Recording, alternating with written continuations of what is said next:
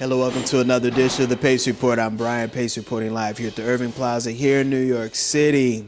Snarky Puppy has been turning heads around the world musically with their high-profile live shows as well as their critically acclaimed recordings. In fact, this year has been very whirlwind for them. One, they just released their brand new record, We Like It Here, on the Rope-A-Dope Records imprint, as well as they just won about a month ago the 2014 Best R&B Performance Grammy for their collaboration with soul vocalist Layla Hathaway for the song Something.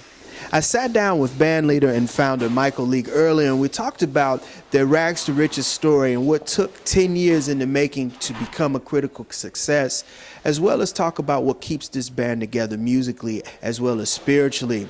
I also sat down and spoke with a couple of members of the band and talked about how important Snarky Puppy is to the music industry right now and what it's doing for live music, as well as bringing music from all diverse fans to come to their shows and enjoy fine music. So sit back, relax, and enjoy the sounds of Snarky Puppy live here on the Pace Report here at the Irving Plaza here in New York City.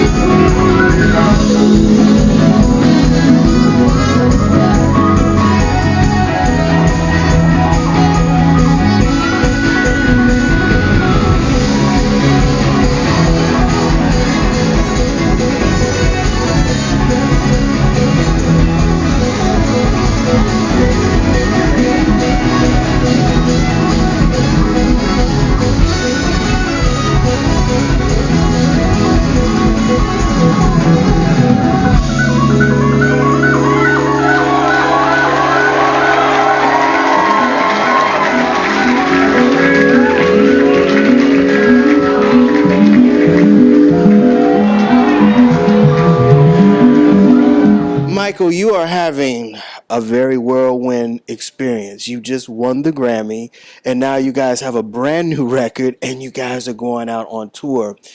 Has there been any rest since this has been happening? No. No. No rest. No, never. No. Tell me about where we at right now.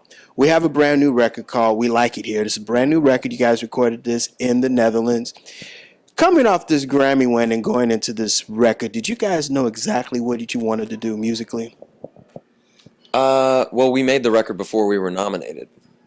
So, I mean, the whole thing with this band always has been pushing on to the next thing and, trying to challenge the group to go into new areas. And we had just made a record with an African artist from Burundi, and then we made Family Dinner, so it was time for a regular Snarky Puppy record. So that's what We Like It Here is just the band playing instrumental music. And we made it a month, I think, before we were nominated for the Grammy. So. How did you find out that you were nominated for the Grammy? I got a text from Layla, actually.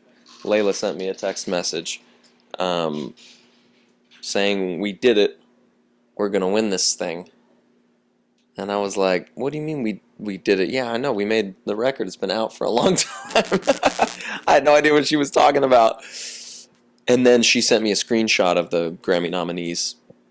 And I thought it was a joke. And then my phone just started exploding from people who had watched the announcement. I was actually sitting in Texas editing the DVD for We Like It Here when she texted me. So, yeah, it's crazy. Now, let's tell the viewers out here about the record that song is on. It's a departure from your other records that you've guys. It's just an album of vocalists that you put together. Tell me about how that concept came together.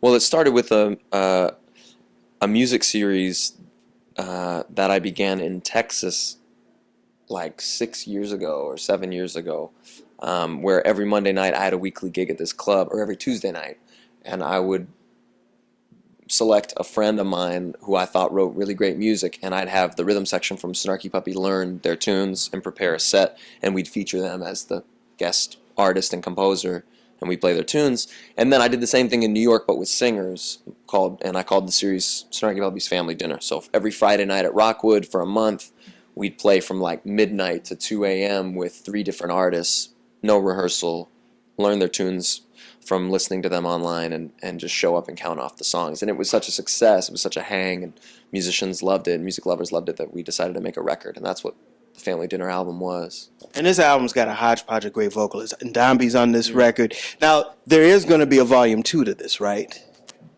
And hopefully many more, yes. That's the plan.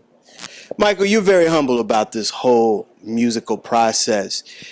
Tell me how this journey began. We know that you started this while you were a college student in Denton, Texas. Yeah, it was my first year of school, and I mean, it's really simple. I was just writing music that I wanted to play with people, and I got my buddies together, and we played it in little, like pizza shops and coffee houses and local bars, and we just didn't stop. That's really the story, really. I look at this band now, and this reminds me a lot of, you're the American version of what Incognito is to the UK. I mean, you have this beautiful open door policy with about 28 to 30 musicians. How does that organically help this band? And also, how does this, with those musicians, how do they know your psyche as a band leader and a director? Well, I mean, that process happened really organically too. I had a set band with 10 guys in it, but the problem with having really good musicians in your band is that other people want them to play. So, I was constantly fighting schedules with people like Snoop Dogg and Erykah Badu and Kirk Franklin and Fred Hammond and all these artists that guys in my band play with. So, the simple solution was to, I didn't want to turn down gigs, so I would just say, yeah, we can do that gig, and then Sput couldn't make it, so I'd hire another drummer. That drummer would have to learn all the music. If he sounded great, the next time Sput wasn't available, I'd call him.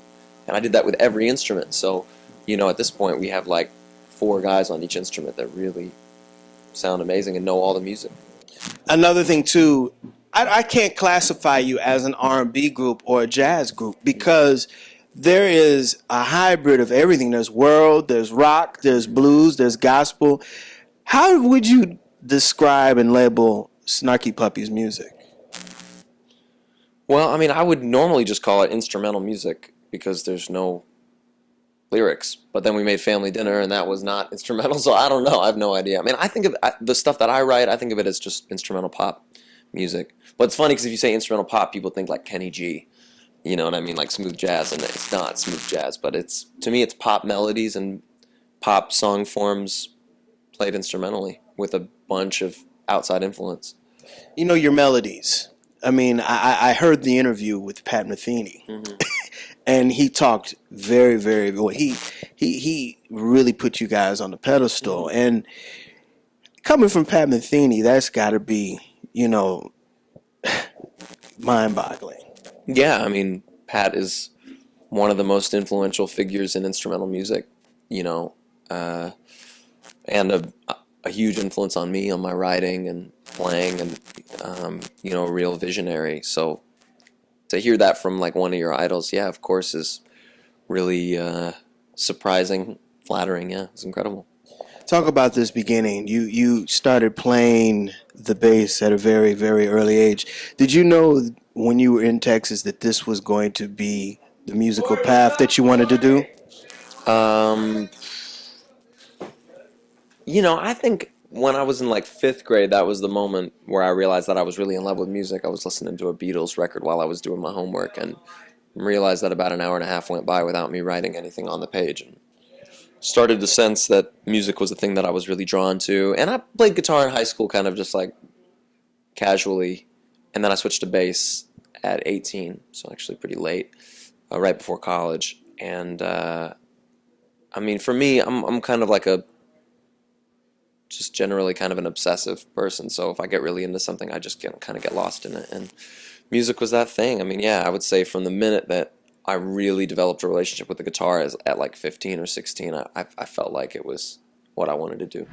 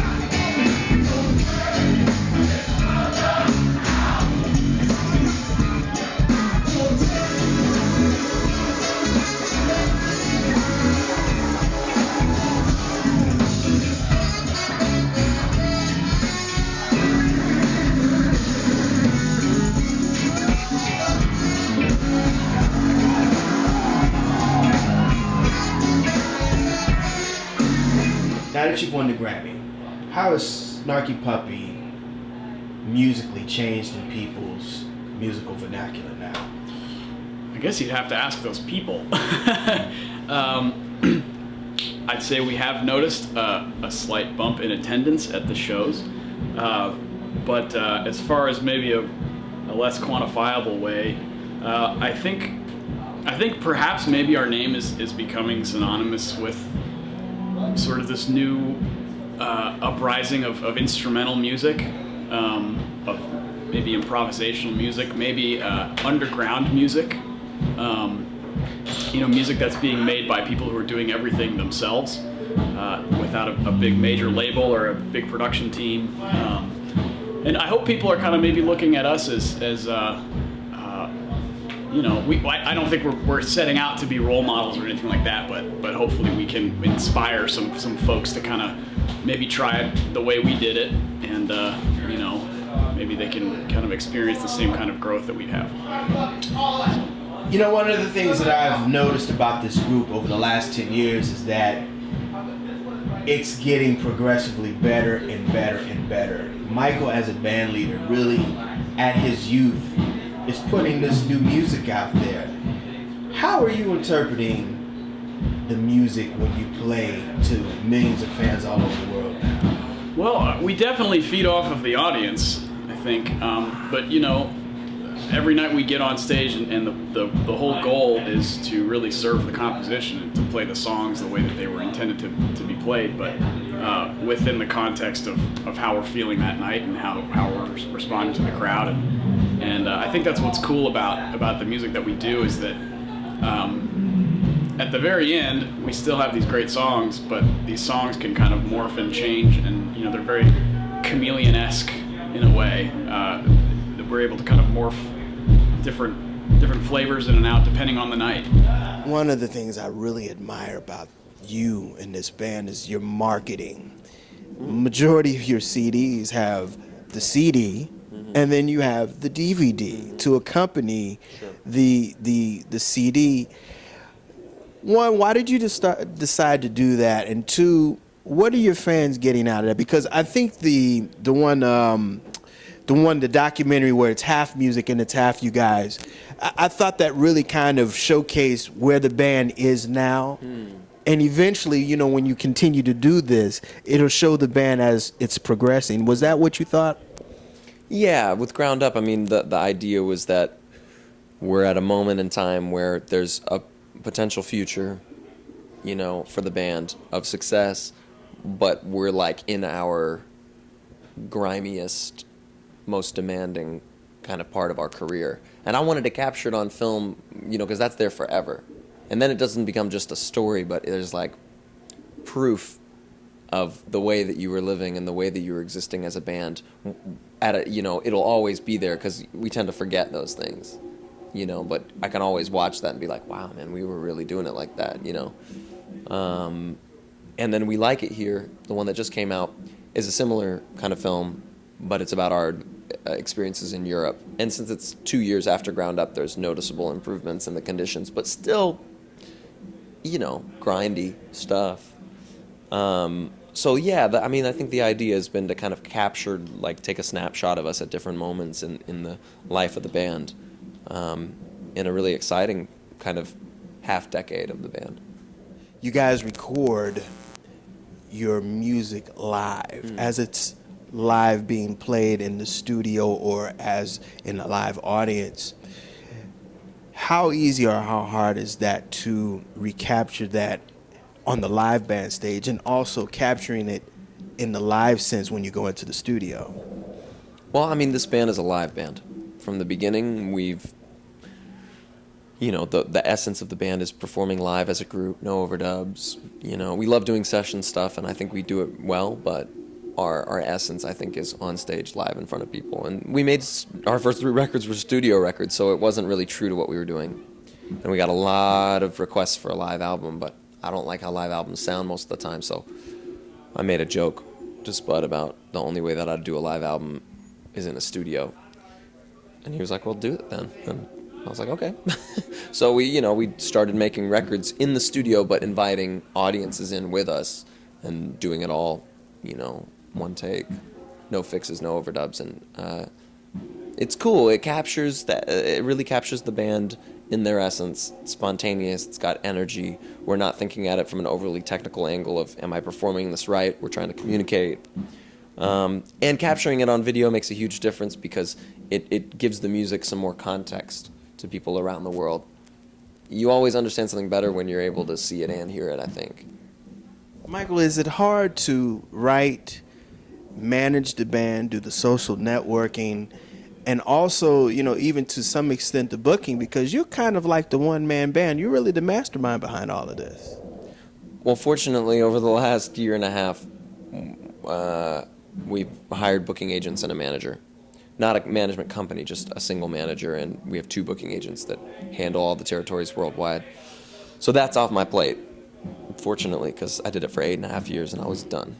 I mean, you have no time to think about music or anything, I still basically, even with the manager and booking agent, managing them and communicating with them and then dealing with everything else from interviews to, transportation logistics or who to call for what gig.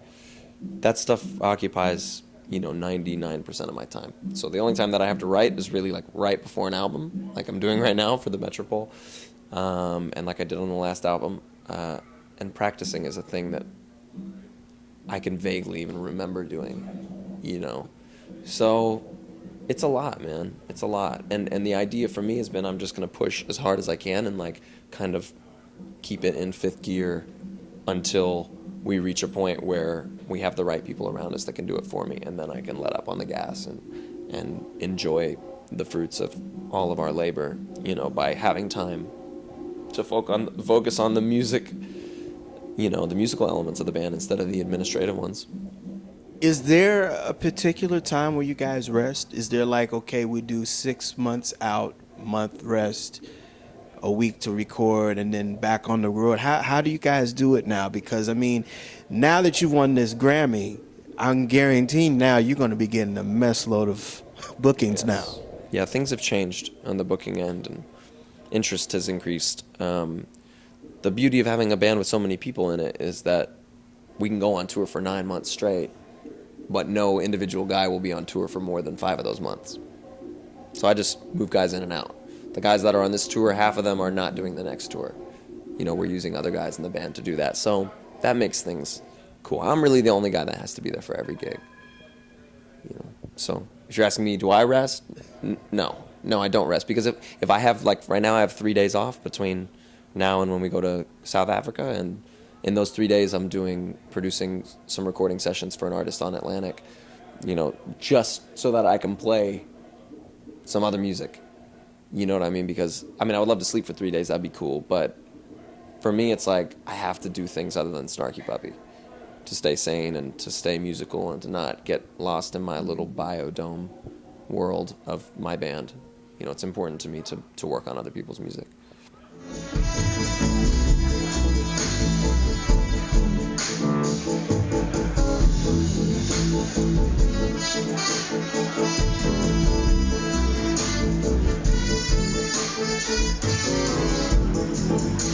I was telling Michael earlier that this band reminds me a lot of Incognito and Groove Collective and some other large jam bands that really bring jazz, soul, funk, and all kinds of world music together.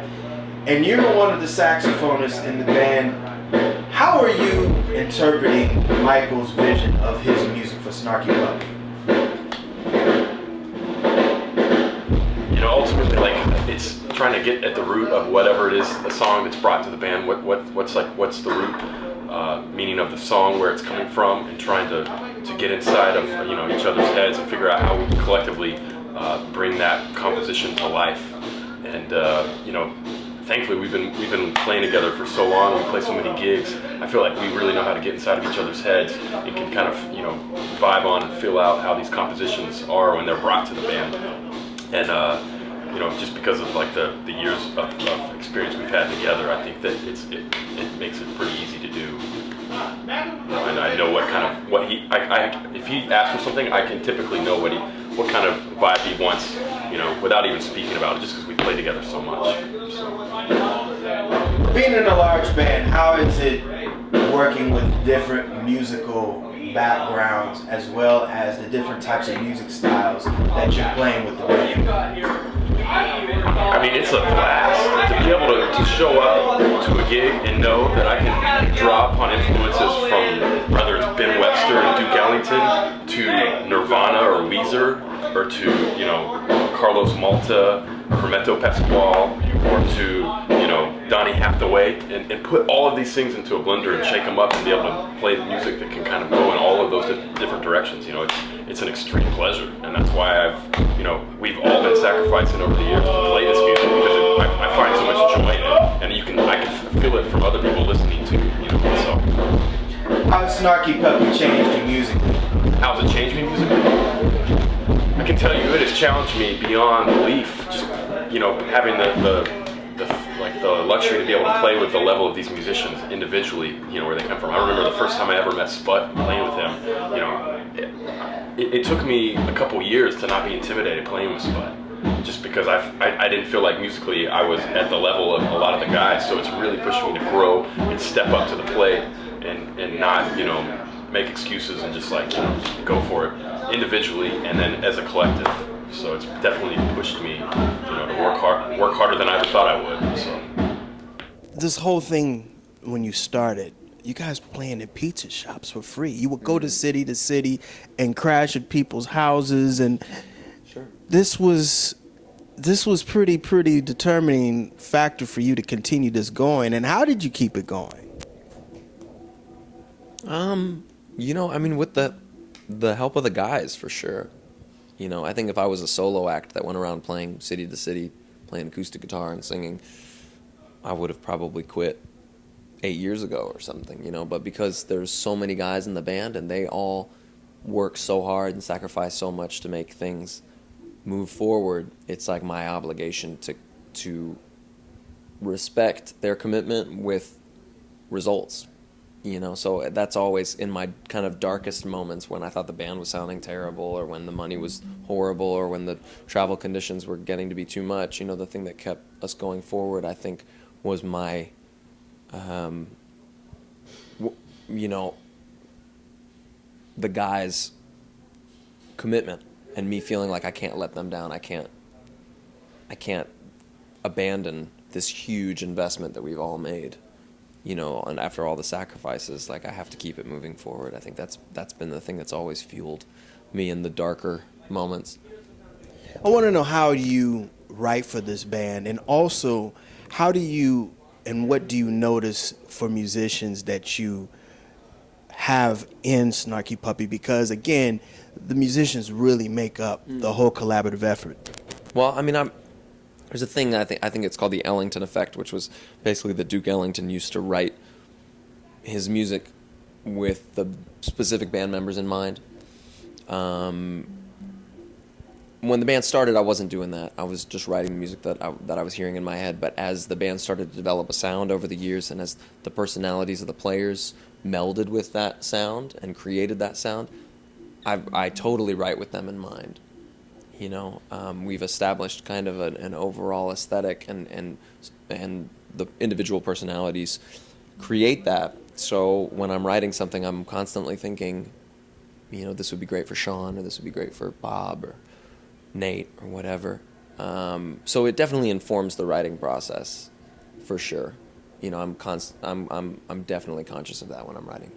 Who are some of your musical influences as far as composers, as well as guitar, bass guitar, and guitarists? Well, my top 5 bass players are definitely, I mean, in no order, James Jamerson, Pino Palladino, Tim LaFave, Bootsy Collins, and Joel Smith, I would say. Those are like my five favorite dudes on electric bass. Compositionally, I love Astor Piazzolla, the Beatles, Hermeto Pascual, and Led Zeppelin, Radiohead, Bjork, Tom Petty, is like one of my favorite songwriters. Simple but really beautiful. XTC, this kind of somewhat obscure British punk and pop band. Herbie Hancock, like especially the Headhunters stuff, had a really big influence on me. Pat Metheny had a really big influence on me. Avishai Cohen's International Vamp Band had a big influence on me. I mean, it's really spread out. And then I listen, like right now I'm only listening to Stravinsky and Shostakovich because I'm writing a suite for Snarky Puppy and the Metropole Orchestra. So we're making a record with a 70-piece ensemble next month in the Netherlands. So that's all I'm listening to right now: Debussy, Ravel, Stravinsky, Shostakovich. So I mean, I listen to a lot of stuff. I mean, everybody in the band, their listening influences are so diverse. That'll do it again for another edition of the Pace Report. I'm Brian, Pace reporting live here at the Irving Plaza here in New York City. I'd like to personally thank Michael League and the members of Snarky Puppy for their time, as well as the staff and management for their warm hospitality here at the Irving Plaza here in New York City. As always, please visit my website, www.thepacereport.com, for my weekly column as well as my past segments. Until next time, remember, if it's in a groove, it'll make you move. Until next time, peace.